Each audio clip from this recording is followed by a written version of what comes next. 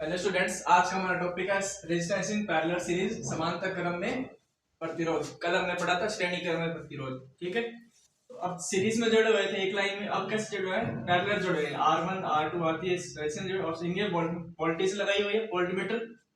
अब देखो इसमें क्या हो रहा है कि जो यहाँ से करंट आ रहा है I, वो यहाँ पे आके क्या होगा, तीनों के अंदर करंट जाएगा। अब इसमें एक तो में जाएगा, तीनों में जाएगा, तो करंट क्या डिवाइड हो गया, I1 I2 I3। इसमें करंट जा रहा है I1 I2 और इसमें I3। वोल्टेज क्या रहेगी इस बार? कांस्टेंट रहेगी। उसमें क्या था, उसमें करंट कांस्टेंट था और वोल्टेज अलग अलग आ रही थी। इसमें क्या है, इसमें करंट अलग अलग है और वोल्टेज कांस्टेंट है, यानी वोल्टेज क्या रहेगी, सेम ही रहेगी। ठीक है, तो ओम के लॉ से हमें पता क्या होता है, V is equal to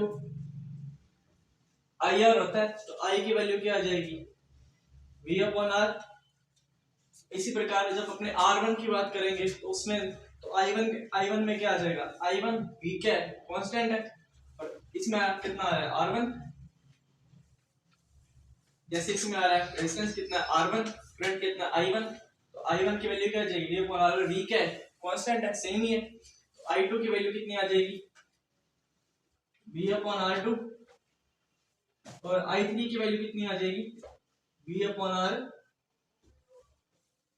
R3।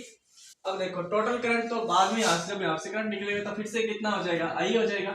तो ये किसके इक्वल है, पूरा current I1 plus I2। Total current किसके इक्वल आ रहा है, I is equal to I1 plus I2 plus I3। अब यहाँ से वैल्यू रखेंगे, इसकी निकाल लेंगे तो I की कितनी है, V अपॉन R। I की V upon R equal to V upon R1 plus V upon R2 plus V upon R3 आ गया। अब देखो यहां से क्या है, V कौन पूरा में कॉमन आ रहा है, V अपॉन R, तो V अपॉन में कितना, 1 upon R1 plus 1 upon R2 plus 1 upon R3 हो गया। अब V से भी कैंसिल, तो 1 अपॉन R, तो टोटल रेजिस्टेंस है, इफेक्टिव रेजिस्टेंस है, किसके इक्वल आ गया, 1 upon R1 plus 1 upon R2 plus 1 upon R3। अगर आगे और जुड़ता हूं तो 4 5 6 ऐसे करके n तक जुड़ते जाएंगे।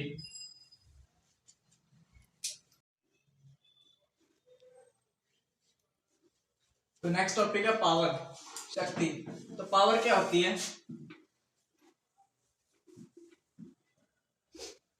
द रेट ऑफ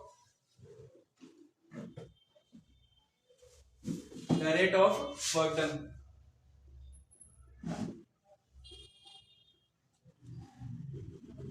या इसको हिंदी में बोलते हैं कार्य करने की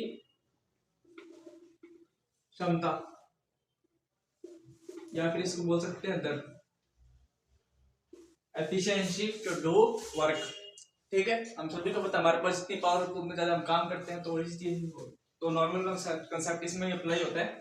तो इसका फॉर्मूला क्या आ जाएगा, पावर क्या आ जाएगी, मैंने क्या कहा वर्क डन, तो W, और दर यानी कि अपॉन में क्या लगेगा, टाइम, तो P is equal W upon T। ये क्या होता है, पावर का फॉर्मूला होता है। अब वर्क हम क्या पढ़ रहे हैं, वर्क हमने क्या पढ़ा था, P is equal to W upon Q। ठीक है, अब W यहाँ से क्या आ जाएगा, D क्यू आ गया। अब इसकी वैल्यू पुट करेंगे तो यहाँ पे P क्या आ जाएगा, देखो V क्यू अपॉन T। अब देखो हमने क्या पढ़ा है कि Q अपॉन T क्या होता है, I करंट होता है, तो वही वैल्यू यहाँ पे रखेंगे। अब P इज इक्वल टू कितना है, V, और ये क्या बन गया, I। तो पावर का फॉर्मूला वोल्टेज और करंट की फॉर्म में क्या आ गया, P is equal to V I। ठीक है, अब इसका जो SI यूनिट होता है, क्या होता है, SI यूनिट, वो क्या होता है, देखो पावर कैसे निकाल देंगे, V का अपने को सभी को पता है क्या होता है, वोल्ट, पोटेंशियल डिफरेंस, और I क्या होता है, एम्पेयर। तो वोल्ट इंटू एम्पेयर, इनको क्या बोलते हैं, वॉट। जो अपने घर पे बल्ब यूज करते हो कितने वोल्ट का होता है, उसकी क्या होती है, पावर होती है, क्या होती है उसकी पावर। और हम कमर्शियल में भी यूज करते हैं, यानी कि कमर्शियल का मतलब क्या है, तो इसकी ऐसा यूनिट कितनी आएगी, वॉट, क्या आएगी, वॉट। अब इसकी कमर्शियल यूनिट आती है, कमर्शियल, कमर्शियल मतलब व्यावसायिक,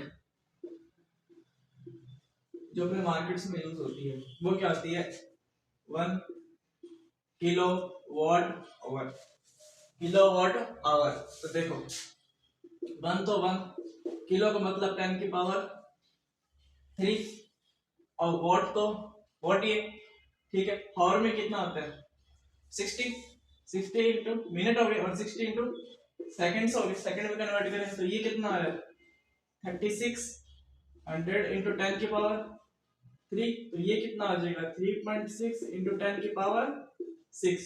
तो कमर्शियल की कितनी आ गई 1 किलोवाट आवर। इसमें कितने होते हैं, 1 किलोवाट में 3.6 इंटू 10 की पावर 6, 3.6 इंटू 10 की पावर 6 वाट होते हैं, ये इसकी कमर्शियल यूनिट। तो देखो नेक्स्ट टॉपिक है हीटिंग इफेक्ट्स में प्रभाव। अब उसमें भी प्रभाव से कैसे होते थे, हमने सभी ने पढ़ा कि जो रेजिस्टेंस होता है वो इलेक्ट्रिसिटी को में उसको जाने से रोकता है। तो जो इलेक्ट्रिक एनर्जी है, तो वो एनर्जी के धीरे धीरे लूज होना शुरू हो जाती है। तो वो जो एनर्जी लूज होती है तो उससे क्या होता है, हीट जनरेट होती है, तो वो किस में कन्वर्ट हो जाती है, वो हीट में कन्वर्ट हो जाती है, ठीक है। तो समझिए आगे हीटिंग इफेक्ट क्या होता है। अब इसमें फॉर्मूला डिराइव करेंगे, और ये क्वेश्चन सीबीएसई के में लास्ट ईयर आया था कि हीटिंग इफेक्ट क्या होता है, और उसका जो फॉर्मूला है वो आपको एस्टेब्लिश करना है, उसका जो व्यंजक है वो ज्ञात करना है। तो हमने पढ़ा था पावर के बारे में। तो पावर क्या होती है, कार्य करने की क्षमता, तो W क्या हो जाएगा P इंटू टी। अब जो ये W है ये हीटिंग इफेक्ट है, ये भी एनर्जी होती है, ठीक है। तो इस तरीके से डिनोट कर रहा हूँ हीटिंग इफेक्ट से, ठीक है। W is equal to H, क्योंकि वर्क इसके एनर्जी के इक्वल आता है। और P का फॉर्मूला क्या पढ़ा था आप लोगों ने, VI, तो VI और इनटू में T। तो हीटिंग इफेक्ट का एक फॉर्मूला क्या आ गया VI T। अब ओम्स लॉ से, ओम्स लॉ,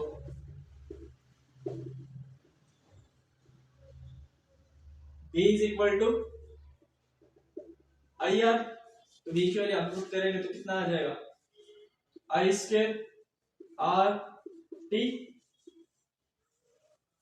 और यार अगर इसमें इसकी वैल्यू पुट कर दे I की कर देंगे तो I की क्या आ जाएगी V upon R, V into V upon R into T।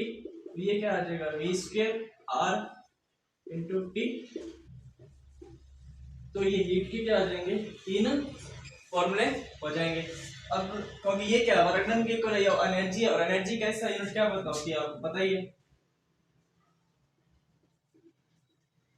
क्या आती है, जूल, और इसको बोलते हैं जूल लो,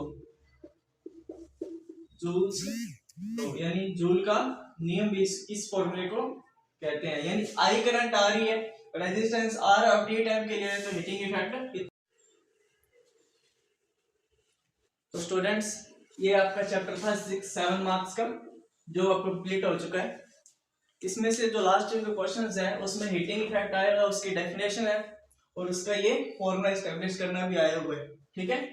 और इसके जो क्वेश्चंस है, जो सीरीज का, एक तो ओम्स लॉ, एक सीरीज और एक पैरेलल से क्वेश्चन आता ही आता है। और जो क्वेश्चंस है उसकी भी एक सीरीज हमने स्टार्ट की है, जो आपको पैरेलल चलती रहेगी प्रीवियस क्वेश्चंस की, ठीक है। और इस चैप्टर के जो क्वेश्चंस आपको प्रीवियस ईयर के, वो साथ के साथ आज मैं डाल रहा हूँ, ठीक है, पिछले साल के।